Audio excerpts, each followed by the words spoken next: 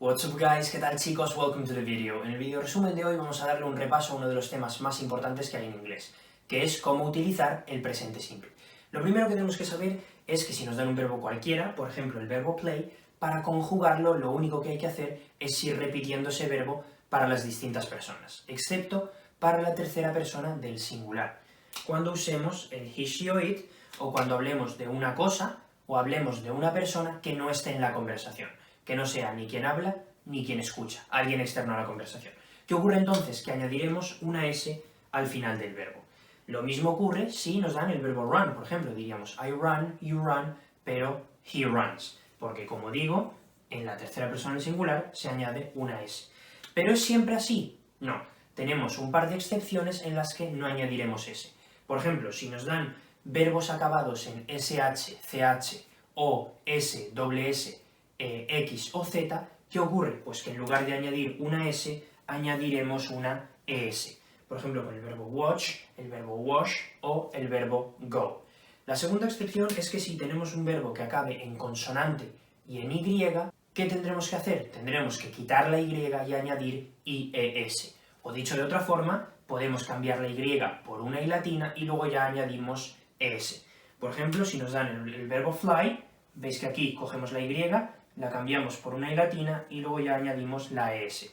El verbo study, cogemos la Y, la quitamos y ponemos IES.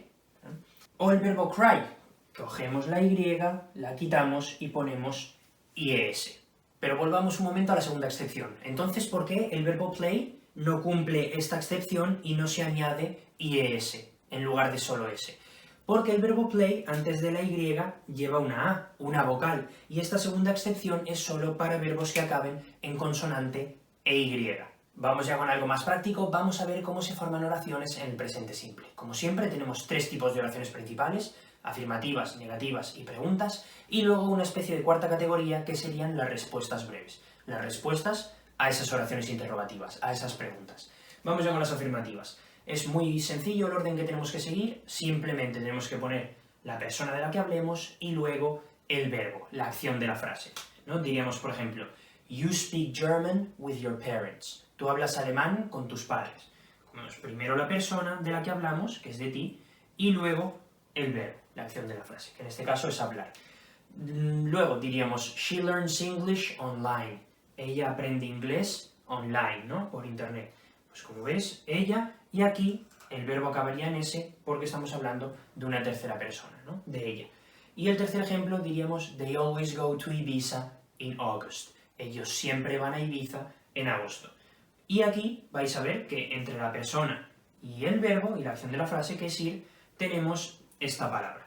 Y ahora en un minuto vamos a ver lo que es esto, simplemente quedaros con que está aquí delante del verbo. Luego las negativas es muy fácil también. Lo único que tenemos que tener en cuenta es que tendremos que añadir el don't o el doesn't, si es tercera persona, si es he, she o it, en la oración. ¿Dónde se pone? Pues entre la persona y el verbo, para negar, para decir que no hacemos algo. You don't speak German with your parents. Tú no hablas alemán con tus padres.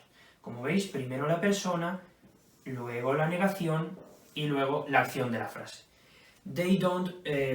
She doesn't learn English online. Ella no aprende inglés online. Y aquí fijaros, primero, que usamos el doesn't porque estamos hablando de ella, y luego fijaros que aquí el verbo no lleva S al final. Esto es lo más importante de las negativas, que vamos a usar el doesn't en la tercera persona y que ahí el verbo no llevará terminación, ya sea S, ES, lo que sea. Ahí no va a llevar terminación, va a ser exactamente igual que en el resto de personas el verbo.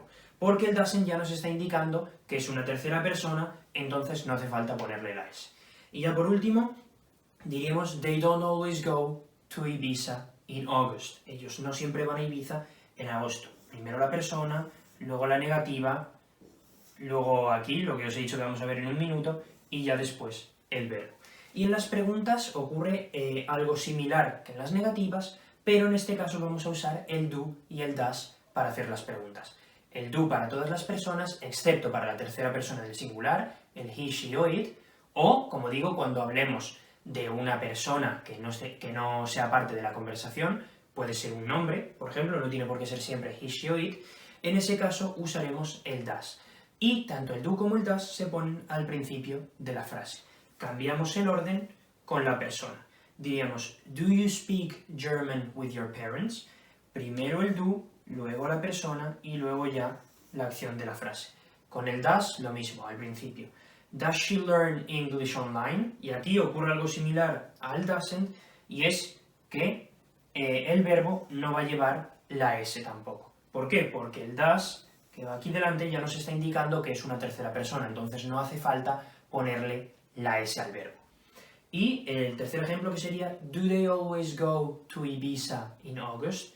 ¿Ellos siempre van a Ibiza en agosto? Estás preguntando. Entonces, otra cosa que quiero que sepáis, ya vamos con la cuarta categoría, es que si nos hacen una pregunta con el do o con el das, son preguntas sencillas, preguntas que solo tienen dos posibles respuestas, que sí o que no.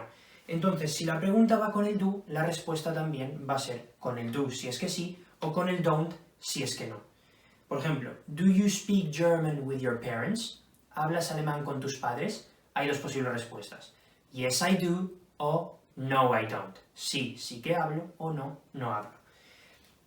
Con el does she learn English online? Pues dos posibles respuestas. Yes, she does, o no, she doesn't. Do they always go to Ibiza in August? Yes, they do, o no, they don't. Como veis, tiene que coincidir con la partícula que usemos aquí para hacer la pregunta.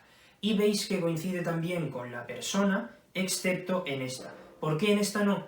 Porque si yo te pregunto a ti directamente, tu respuesta va a ser sobre ti mismo, y por eso cambia la persona. Porque si yo te pregunto a ti directamente, tú vas a responder en primera persona.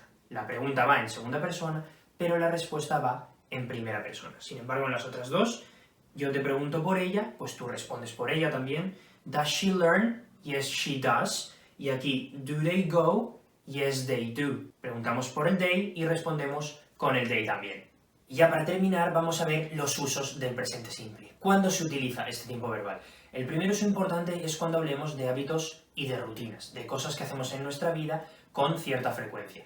Y esto es importante porque cuando me llegan alumnos nuevos y vemos este tema por primera vez, les pregunto, ¿para qué se utiliza el presente simple? Y hay muchos que me dicen, para hablar de lo que estamos haciendo. Y eso no es así. Para hablar de lo que estamos haciendo en cada momento se utiliza el presente continuo, que es otro tiempo verbal. Pero el presente simple lo vamos a utilizar para hablar de hábitos y de rutinas, no para hablar necesariamente de lo que estamos haciendo en ese momento. Es decir, si yo digo, I play tennis 4 times a week, juego al tenis 4 veces por semana. Cuando yo digo eso, puede que esté jugando al tenis o puede que no. A lo mejor estoy con un amigo tomando un café. Lo que está claro es que no estoy hablando de lo que estoy haciendo. Estoy hablando de lo que suelo hacer en mi vida. Y eso es importante, tener clara la diferencia, ¿no? Y vemos que va primero la persona y luego el verbo. Igual que si digo, we watch TV after dinner. Vemos la televisión después de la cena. Estoy hablando a lo mejor de algo que se suele hacer en mi casa. Pero cuando yo lo digo, seguramente no esté viendo la tele en ese momento.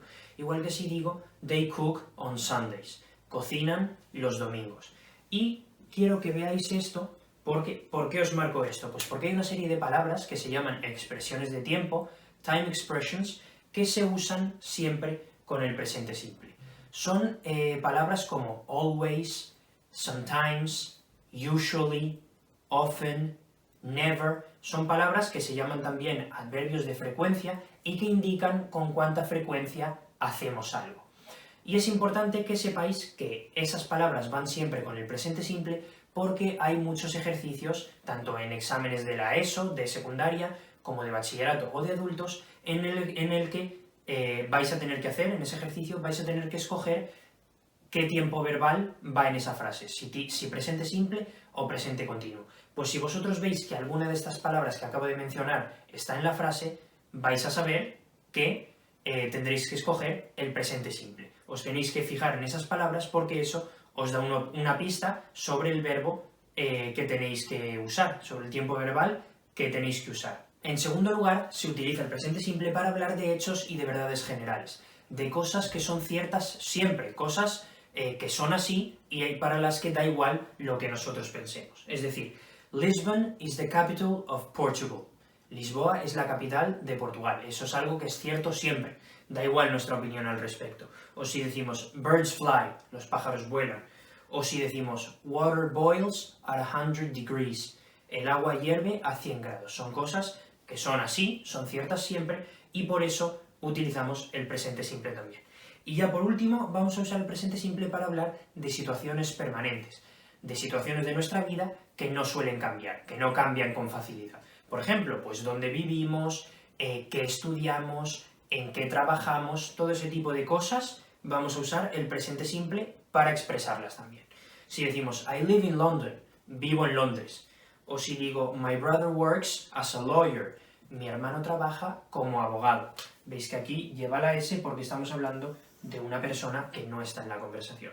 O por último, si digo they study Italian at university, ellos estudian italiano en la universidad. Eso es todo por hoy. Thank you so much for watching. I will see you in my next video. Take care. Have a great day.